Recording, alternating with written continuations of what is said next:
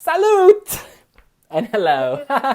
Romania's national final is just around the corner. They have moved from 72 to 60 to 15 in the final. Exactly. They, of course, are celebrating the centenary of the unification of the Kingdom of Romania.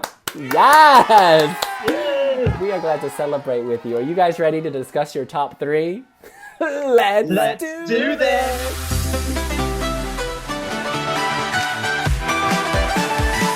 Yes, and we, of course, are honored, pleasured, overjoyed to have our Romanian correspondent Bogdan Hanchuk here at Stingovision on social media. Hello, honey. You've been going to all these semifinals, watching week to week. How are you feeling? I'm exhausted. It's been like 5 semifinals. It's too much. For 60 songs, just too much. And Chris was there for, I think, all of them, right? He also watched them. I missed one, but yeah, I survived the Romanian selection, which, yeah, it was an interesting... Alinka has been the best part of it, let's be fair. Let's just lay that out straight away. Amazing, but yes, I think there's some good songs at the end of it-ish. Yeah, and we're going to talk about them tonight. Yes, we are. I just think having 60 songs in any contest is really hard. Like Melodifestivalen has 28, and even that's weak this year. But yeah, good on the Romanians for staging this, because I quite like the staging, actually. I think it's been consistently, every week there's been something I liked, visually, anyways. In any case, let's kick this off with our number 3, starting in Romania with Bogdan. Okay, so my number 3 is Xandra with Try.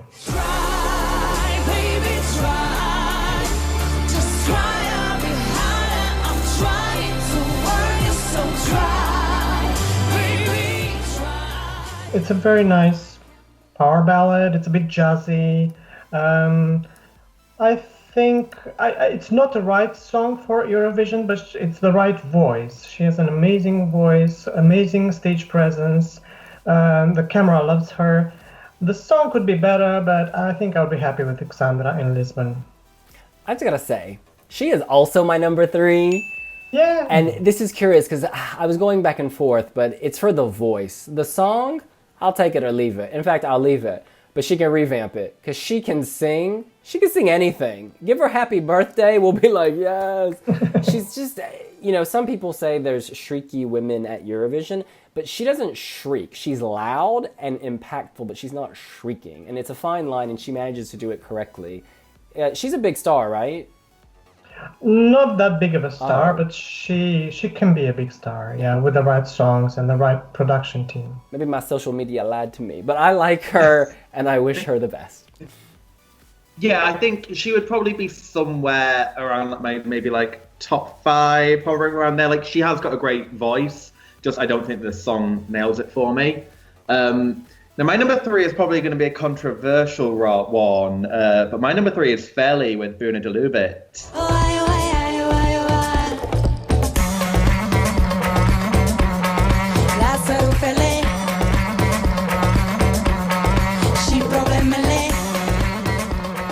Yeah, the performance just let this down, and I obviously there has to be the caveat that the fact that she went out there like days after her father died is amazing. Like, that strength alone is great. So complete credit to her. And I wouldn't want to go out there and do a big party dance number like straight after that. So maybe that was part of it. But I don't know. I think that the song is good, but I don't necessarily think it's great for Eurovision as well.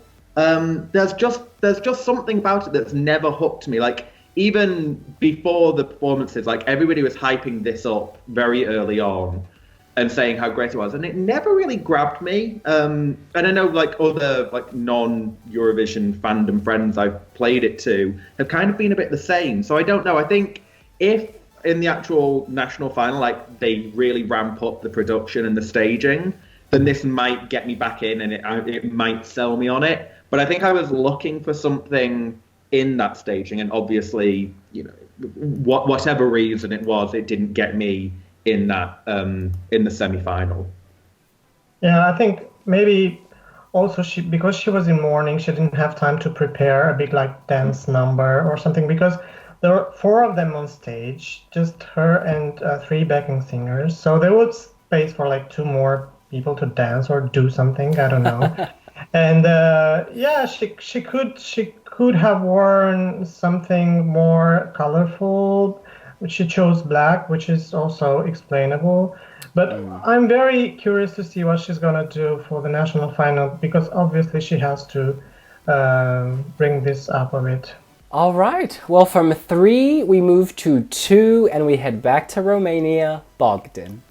Yes, my favorite from semi-final 2, it's Jukebox and Bella Santiago with Aus Combate, Hear It Beating.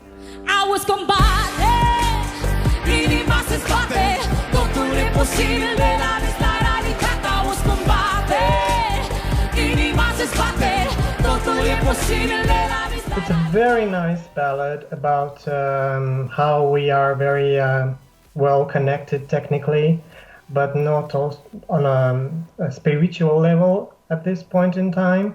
In fact, we are growing more and more disconnected all the time, everyone on his laptop or his smartphone or everything. So, yeah. So I guess, We're all doing it. Hello. But, yeah, and we do not hear, we don't know how a human heart sounds like anymore.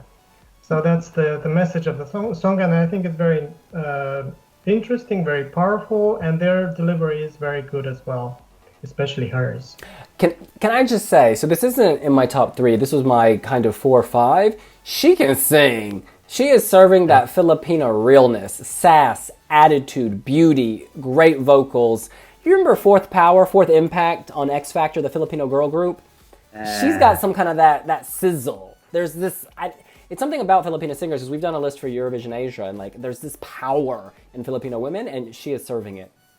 Yeah, she's amazing, and she's a finalist on Romania's Got Talent, so she has the support of the Romanian public as well. So I think she's gonna do well in the national final. I mean, they are gonna do well. So my number 2 is Dora with Foratine. Is that how you say it, Bogdan? Are we talking about that means without fish you. in Finding Nemo? Who is Dora? Y'all keep talking. Dora Gaetanovic. She performed last night on the last semi-final. Fără tine mi plouă când mă fac toamnă așteptând cu vină de reșine șarde. There's a lot of people who are just kind of singing, and the entire way through this marathon selection kind of thing, there's been a lot of people just singing, and not like the song hasn't always been great, but she, I think, was the one that sold me the most in terms of just being a pure singer, but also had some kind of concept of staging. Like she had the guy dancing like around her, and she interacted with him a little. Like I can't tell you the song, like I can't tell you anything that I remember about it, but I just remember she really like. She almost came out of nowhere, I feel like. Like, it kind of shocked me. I didn't hear a lot about her beforehand. Me neither. Yeah, and it was all of a sudden, like, this really good singer, I thought. So, I don't know, maybe that shock factor helped me a little bit, like, because it did seem like even on social media, nobody was expecting it. But, yeah, she really stood out. And I could see it. I could see juries respecting this. And if they will refine it, obviously, once if it were to get to Eurovision. So yeah, I wouldn't be upset if this made it, but I think that there's a better choice. But she's good. She's very good. And I would like, even if she doesn't make it through, I would love to see her back, maybe with a better song to match that vocal. Okay, this is gonna sound hilarious because I didn't know who she was 5 seconds ago. My number 2 is also Dora. I thought her name was Gaetana, but her last name is Gaetanovici, and that was my confusion. She's amazing. I had no clue who she was, as you said. When I watched this, in the opening bars, I was like, oh, when I'm sad, I also, dance in front of my desktop screensaver while dressed up as Cassette from Les Miserables after going to H&M. There's just something about this. You can connect different dots. It's the most gripping performance. This felt like a Eurovision performance. It was like she was on the stage singing her heart out. Someone had died or something. It was like this emotional, gut-wrenching performance with this dude doing like, you know, whatever you call those moves. All this weird interpretive dance, but it worked. I thought the LED looked great. That semi-final had great staging. That LED thing, the walls, the ceiling.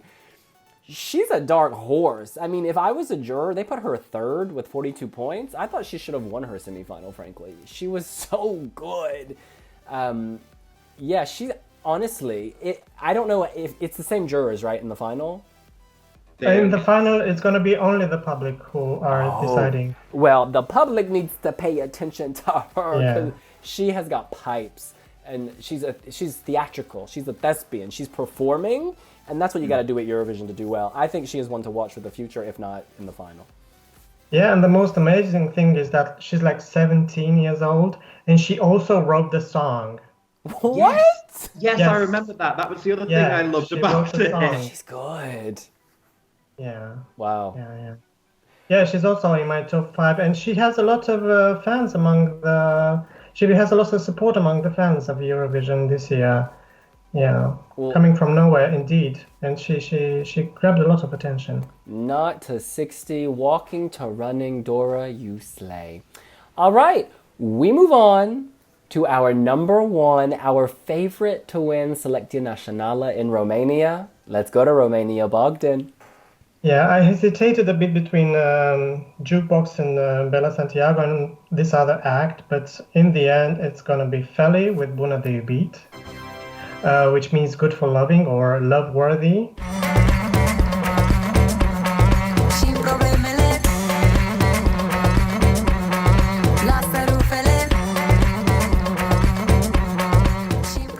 It's this amazing, positive, upbeat message about female empowerment and how women are the queens and they should leave the laundry and leave the problems, leave the troubles behind and just enjoy the love that they're all capable of giving.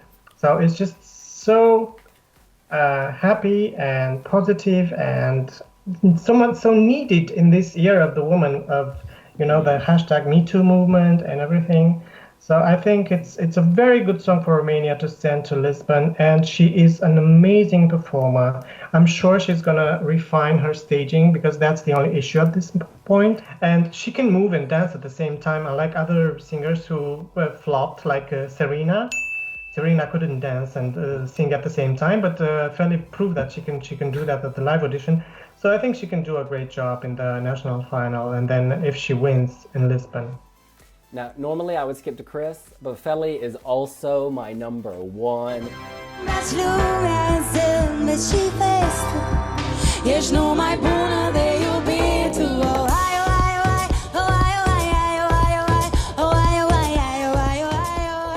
I gotta be honest, I was underwhelmed with that last performance, and for the first time, to me, the song felt boring and like it was empty. But again, it goes back to the reasons you've given. She was in mourning. She didn't have time to prepare. I wouldn't be sassy days after my parent died either. It's a horrible, horrible experience. So I really sympathize with what she had to deal with. But at the same time, I feel like there's a lot more in the tank. And she will now be able to kind of pull it out. And like how beautiful to kind of, in the wake of that personal crisis, celebrate the gifts you've been given by performing. It's like really heartwarming. And I want her to win partly because of that. And I know I shouldn't say that, but partly, I'm like, girl, you've suffered and you pulled through and now you need the crown. Because I think there's great potential here. They can revamp this. They can give it doesn't have like a climax. It doesn't have a wow moment. The women are taking down their laundry. Now they need to do something with the laundry down. Do you know what I mean? And that's just some tweaks. I'm not a composer, but they can do something and they can give this interesting staging. And I feel like without an LED, they could still do something interesting. It's kind of like in, who was it, Pasha Parfeni? He did amazing things, and the focus was on him and what he was wearing and their moves, not the LED.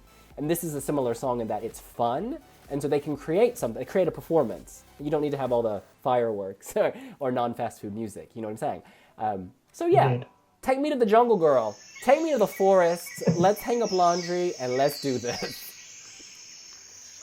So my number one is Jukebox and Bella Santiago with Ose Combate. I was combating. I was combating. I was combating. I was combating. It's very loud. There's a lot of very powerful vocal there, but the entire thing really sold me, and it's the one. It is really the only one that has stuck with me the entire way through the selection process. Like that her just belting that chorus out really sticks with me. There's a lot of male-female kind of duos. I mean, I know Jukebox are a band, but it's mainly the two of them front and center. So there's a lot of those already at Eurovision. So I'm not certain quite where this would fit in, but this is one that I could see, I could see a televote and a jury really getting behind this. Maybe throw in a bit of English here and there just to get that little bit extra, but it sells it without that at the moment. I just think that if you want to do well at Eurovision with it, we're celebrating a lot of native languages this year, but I just think that this one might need a little bit more for Eurovision. But that being said, yeah, she's really, really good. Like, she's one of the best vocalists we've heard this national final season. Yeah. And I would love to see her again. She's another one. I would love to see her again, come back another time and do a different song. This feels like there's been so many acts this national final that it feels like it has built up some for the future who will come back, and it's kind of given a new kind of face to Romanian national finals like we've usually had. Fair enough, we have Mihai again. Can't get rid of him yet. But it's one of those where it's like, now there are new faces who I want to see, and I want to see represent Romania. And I would love to see this one in Lisbon. Let's quickly go around anyone else we want to talk about. I'll kick this off. There were two other acts I really liked. The first is Edward Santa with Misom Romales. He basically, he is of Roma descent, and he talks about there's a little gypsy in all of us, which is a quite nice idea. Unity, celebration, how perfect for the centenary of Romania's unification. It's quite fun, but also it has a serious message. I love his dancer in the background. He's on another level. I don't know if he was smoking some peyote before he took the stage. He was doing something, because that ain't... He's on another spiritual level, is what I'm trying to say. It's crazy. It's kind of like Josie Papai last year struck a chord with people, and he had a very serious message. This is kind of like the cousin of that song, but the wacky cousin who still has a message, but he wants to, do a little cha-cha while he's telling you the message. It's a nice compromise. I don't know how it would go down at Eurovision, but it's deserving of applause. And the other act I would bring up is Alexia and Matei with Walking on Water. They're very sweet, fresh, young. I'm assuming they're newbies to the scene. There's something very new about them. I think they still need time to develop as artists, because this is like very, very good karaoke. They're in my top 5, so don't get me wrong. But it's like, it's not yet Eurovision ready, but I think in a year, they would be Eurovision ready, or 2 years. So yeah, well done them. They have good chemistry. Yeah, I agree. They're touring Moldavia at the moment, the high schools all around Moldavia.